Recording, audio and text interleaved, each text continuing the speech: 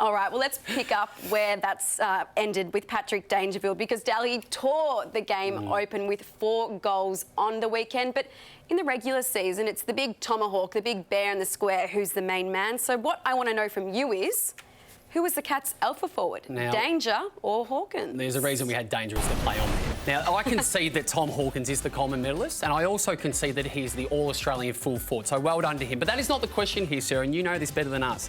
It's who was the alpha? Who was the head honcho inside forward 50 for the Cats?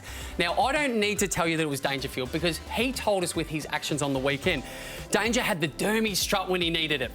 He had the baby oil all over the arms, Chief, and he had the jumper 3 sizes too small for him. All classic alpha traits, the things that we love. He threads 2 na-nas from the boundary, outside the boundary line, and instead of celebrating and carrying on like a second-tier forward, he drops the Jono Brown one-finger salute. Real alpha style. I loved it.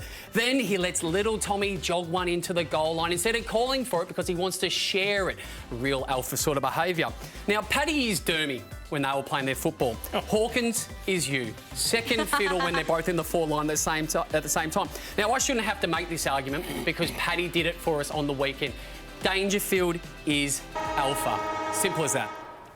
Pretty hard to argue with when you say it like that. I think it's very easy to argue with, because it was only 2 weeks ago that one Nick Santo vehemently argued that Dangerfield should be playing mid, not forward, and now he has the temerity and the arrogance to declare him the alpha forward. You've got to be kidding me.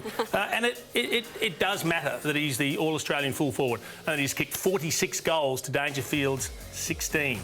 And you've got the absolute sheer impudence to call him the alpha forward. Ridiculous.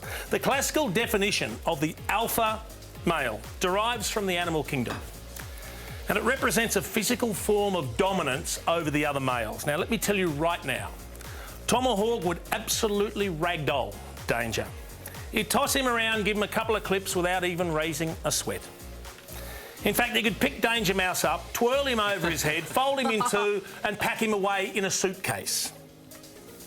Tomahawk would drop Danger like a bad habit because there is only one big dog. That is the alpha male, the alpha forward at Geelong, the Tomahawk, please. Danger Mouse. Well, I think Hawkins is the alpha male when Danger's not there. It's as simple as that. And those 2, what animals did you describe them as? The 2 big bulls, I'll say. When the 2 big bulls are in the paddock, there's only one drinking first, and it's Dangerfield. We saw it on the weekend. I don't know how you figure that. When we saw it on the weekend when they were both playing forward for the majority of the game, who was the ball going to? Who was the one crashing the patch? Have you heard of the saying, one swallowed is not a summer make? We've never heard that, have we, Sarah? No. We don't read those books, sorry. All right, the alpha male, what is it? You're saying it derives from the animal kingdom. It's a physical form of dominance over the other males. I mean, Tomahawk, very dominant, and I think even bigger than ever this season. He's been in spectacular form. We concede that. It's pushing everyone around, mate. We concede that. But I know what you mean about the derm strut and the tight top and the brownie one-finger salute.